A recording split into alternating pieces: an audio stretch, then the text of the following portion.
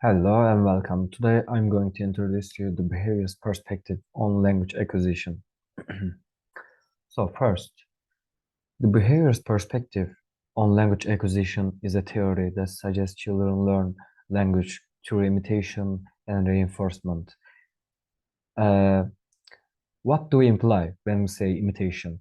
Like when a parent talks, children listens him and he do what his parents do, and he says what his parents say. It was first proposed by B.F. Skinner in the 1950s. This perspective had a significant influence on the field of second language acquisition, shaping our understanding of how language is acquired. First and second language acquisition. In the first language acquisition, children naturally and unconsciously acquire language. Like I said, they imitate what their parents do and imitate what their parents say. While in second language acquisition, there is often a more deliberate and conscious effort. What do we imply when we say deliberate and conscious effort? Like in the formal education, in the schools, children consciously go to school and they learn new words and new uh, ideas. I don't know. So first language acquisition occurs through exposure in a natural environment, like in their parents' house, their environment, from their friends. Although second language acquisition often involves formal instruction and explicit learning strategies, like I said, in the schools. So theoretical positions. Classical conditioning. According to the behaviorist perspective, children learn language through classical conditioning. This process involves pairing a natural stimulus with a stimulus that already produces a response. For example, if a child is repeatedly given a cookie, after hearing the word cookie, they will eventually learn to associate the word with the food. As an example, like children learn and they hear a word like example and door, and they imitate the word like door, door, door, door. And at the end, when they see a door, they eventually know the word door and what a door is. So operant conditioning. Another major aspect of the behaviorist perspective is operant conditioning. This suggests that children learn language through reinforcement or punishment of behaviors. Like when they learn the language, they can encounter a lot of punishment of behaviors. Like when they say I don't know, a wrong word, like, and if they pronunciate the word wrongly, they can punish, their parents can punish them to, of course, their benefit. This punishment suggests that children eventually learn the word correctly. That is what is all about. For instance, if a child is praised for using a new word, they are more likely to use it again in the future. When a children learns a word like telephone, and they will keep the word in their mind, and they eventually more likely to use it again in the future. So the behaviorist perspective on language acquisition has faced criticism for oversimplifying the complexity of language learning. Critics argue that language acquisition involves a more multifaceted process than just imitation and reinforcement. Like it includes more than imitation and reinforcement. Of course, it includes innate abilities and cognitive development. At the end, it all happens in our minds.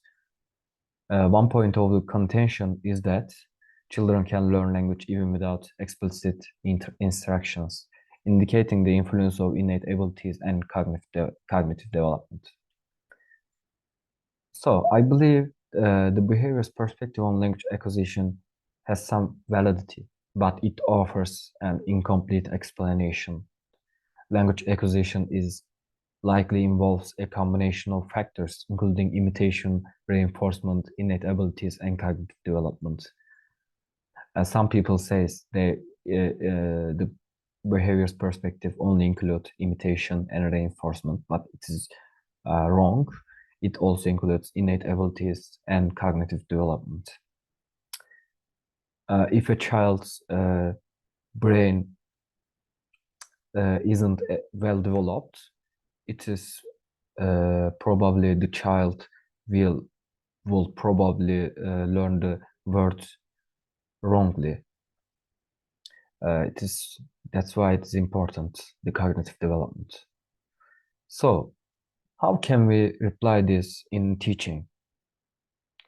Despite its limitations, the behaviorist perspective can still be a useful tool for second language teachers. Teachers can use it in their classroom. They can give the students new words, like 100 words in the English, like I don't know, adjectives, maybe words, verbs, and etc. By understanding how children learn language through imitation and reinforcement, teachers can create a more effective learning environment. They can use their abilities, like the children's abilities, of course.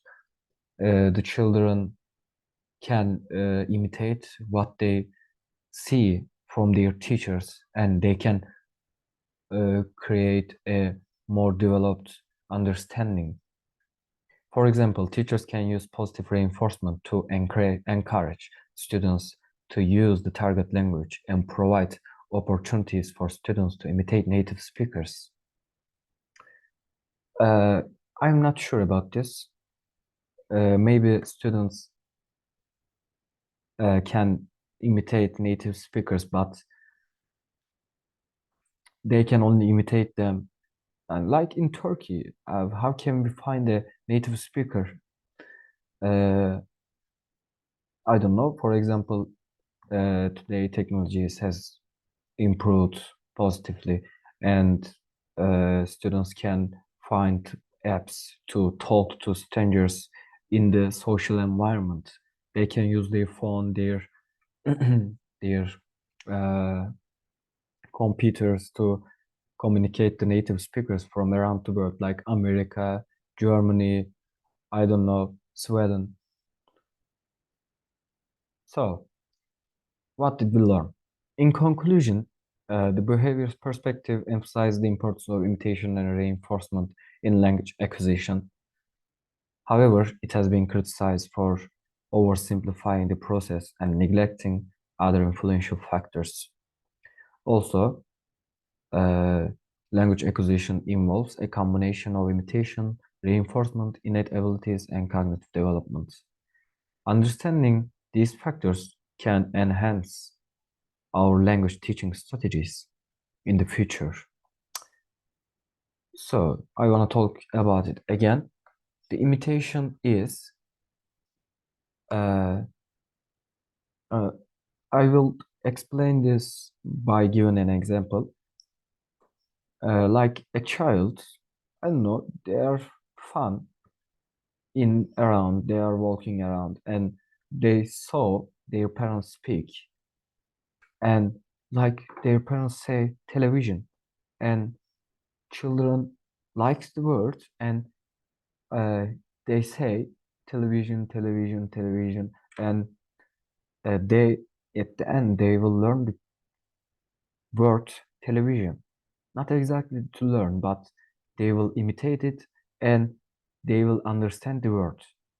And in the next phases, children will learn what is a television. So thank you for listening. See you.